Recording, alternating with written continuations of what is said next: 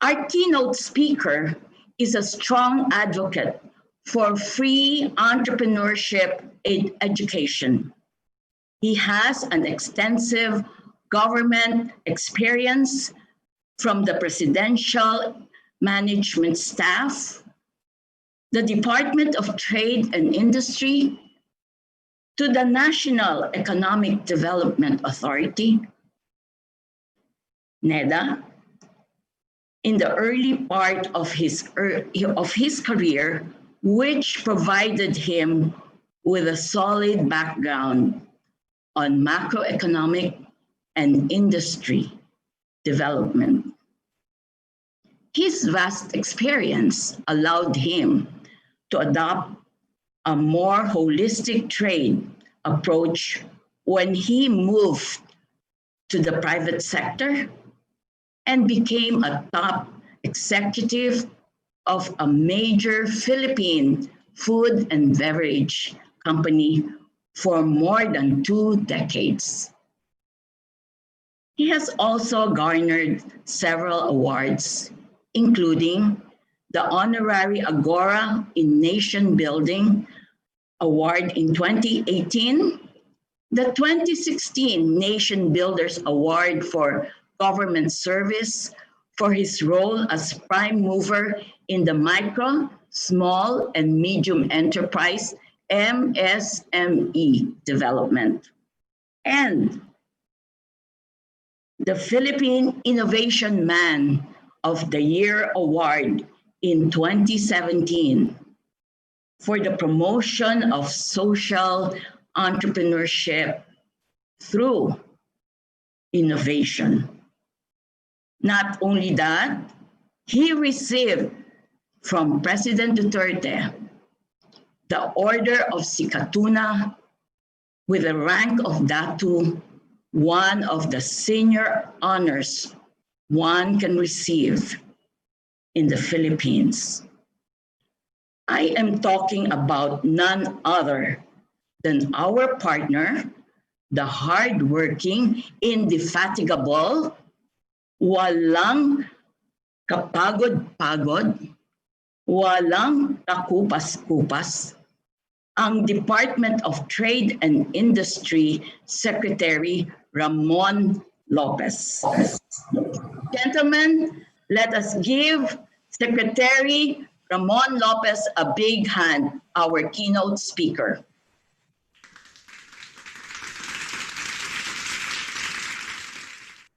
Maraming salamat po, Partner Bing, Mr. Richard Sanz, Chairman ng PFA, Ms. Cheryl Quintana, President of PFA, our father of Philippine franchising, Dr. Sammy Lim, founder of PFA, our partner, Dr. Bing Lim Hoko, Vice Chairman of PFA, Dr. Carl Balita and Mr. Chris Lim, both from Franchise Asia, our Director General, Roel Barba of IPO Philippines, Director Senen Perlada, EMB, to our many dear friends and partners in PFA, esteemed guests and speakers, ladies and gentlemen, magandang umaga po sa inyong lahat.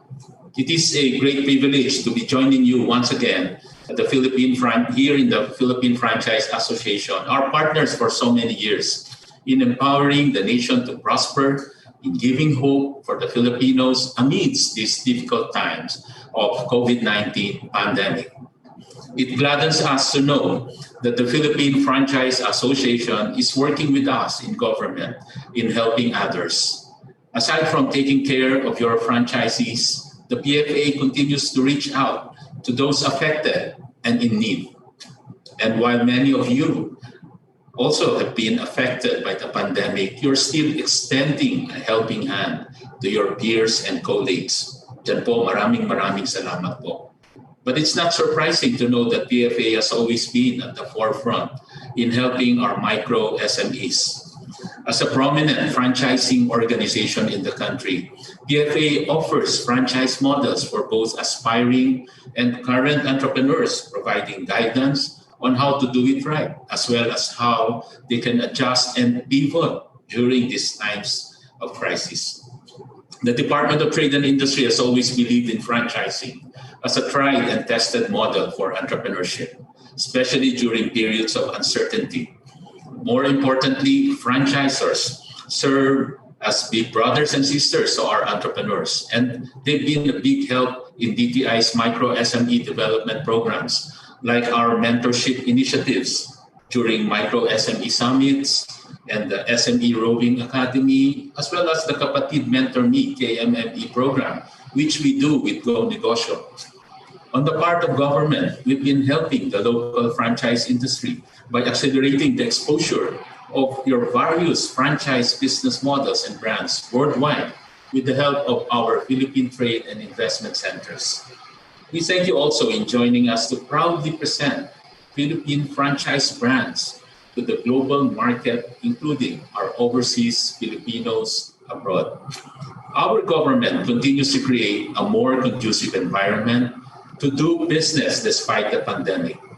We've been providing regulatory relief with Republic Act RA 11469 or the Bayanihan to Heal as One Act or Bayanihan 1, as well as RA 11494, the Bayanihan to Recover as One Act or Bayanihan 2, that was recently signed by President Rodrigo Roa Duterte. In particular, the government pushed for residential and commercial rent relief via the respective grace periods during the community lockdown. We also encourage major lessors to continue to offer concessional terms, especially as we experience a relatively slow return of consumers in the market. Bayanihan 1 and 2 likewise mandated banks to give loans 60-day grace periods for loans and card payments with no interest on interest nor penalties and charges during the lockdown period. Under the same law, banks are also encouraged to restructure their loans or extend their terms with no interest, penalties, and or charges. A similar 30-day grace period for the payment of utilities falling due within the periods of ECQ and modified ECQ is also included in the new law. For micro and small enterprises affected by the pandemic, we offer financial assistance through SB or Small Business Corporation, which reopened the COVID-19 Assistance to Restart Enterprises, or otherwise known as CARES program, last August 17. The new CARES program, tagged as CARES 2, also has an allocation of 10 billion pesos in funds under the Bayanihan 2, and it makes it now easier for applicants to apply via their online borrower registration system. Further, SB Corporation will expand their existing loan programs to help not only micro SMEs, but cooperatives and Filipinos being repatriated or OFWs returning home from abroad. In addition, micro SMEs in the tourism sector are also included as eligible borrowers from CARES 2 loan funds. It has been just over 6 months since the first ECQ lockdown, and by now I can say we've learned to manage and adjust with the virus. DTI will continue to support the franchise sector by espousing the continued reopening of our economy. This is important so that more micro SMEs will be able to restart their businesses and more of our people will be able to start work and earn their income again. Bringing back jobs will likewise revive consumer confidence, which we need to revive the economy. The IATF itself is into reopening the economy safely, adopting also a full month community quarantine classification instead of the usual 2-week cycle. This should provide more stability in planning for the business. Just to update you, DTI also conducted 3 runs of survey in 3 periods of over 2,000 micro SMEs nationwide. It showed that 38% companies were closed and about 50% partially operating during the height of the ECQ last April to May. This went down to 11% from 38% in June and July, and to 6% in August and September as we were reopening the economy. What's more, we're seeing our unemployment rate going down from the worst rate of 17.7% in April to 10% in July. We hope to get back closer to our pre-pandemic 5.1% level before year end.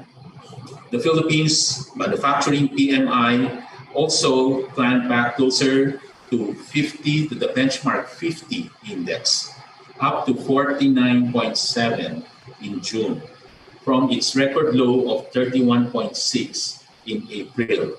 The Philippines has always been posting over 50 index. Above 50 suggests an increase in manufacturing activities, and below 50 suggests a contraction. So we are about to again over or surpass the 50 index.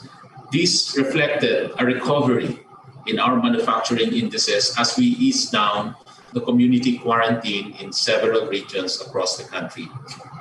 Furthermore, our output index has been climbing from 10.2 last April to 51.1 last June. Meanwhile, our exports that declined by 49% in April has now recovered to just minus 9% in July this year.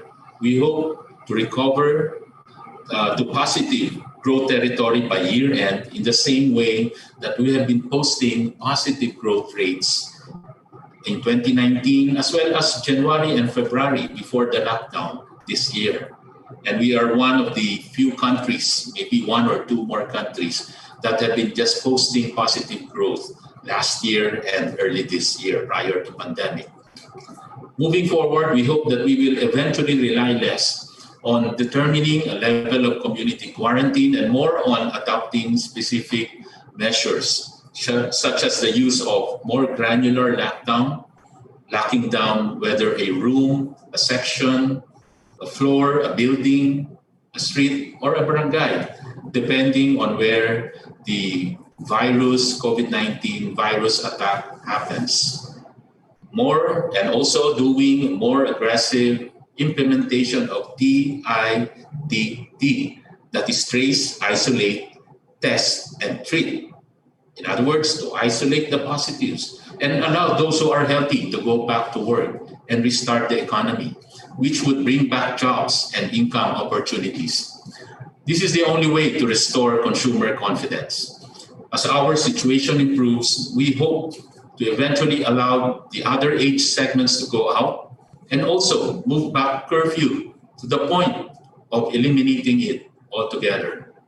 In essence, we should be shifting towards a mindset of self-discipline and self-regulation from our citizenry. This is the real solution to bring down transmission so that we can manage this and live safely with the virus as we reopen safely the economy. To this end, we should follow the 7 commandments of the minimum health standards, as some doctors have termed it.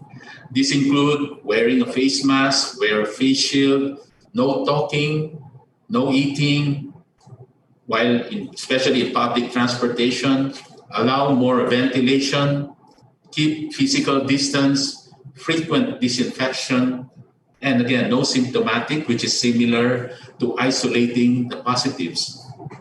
This is the real new normal.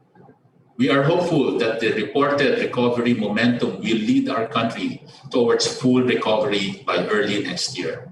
Remember that we were the second fastest growing economy in the region before the pandemic, ranging consistently at 6 to 7.5% GDP growth, low unemployment rate, lower poverty rate, investment grade, and ranking high, top 6 on financial and fiscal stability indices among many countries. We were already there before, and we can be back at those growth planes again. We still have our huge 109 or 110 million consumer market and a large workforce. We still have our strong economic fundamentals brought about by many reforms in trade and investments, financial reforms, rice tariffication, and the aggressive bill, which all primes the economy and lays out better economic infrastructures for the business sector and the Filipinos in general. These are the economic reforms that we commit to continue under the leadership of President Rodrigo Roa Duterte. Filipinos can still hope for a better future. To close, we thank PFA again for helping our micro SMEs during these trying times and for working with us in building a better tomorrow and a more inclusive nation. This collaboration and unity is the one that will get us through these trying times. Together, we will heal as one. Together, we will recover as one. Maraming salamat po at mabuhay tayong lahat. Mabuhay din po kayo, Secretary Mon Lopez. Thank you very much for that very, very optimistic outlook, especially for the Philippine economy before even the end of the year.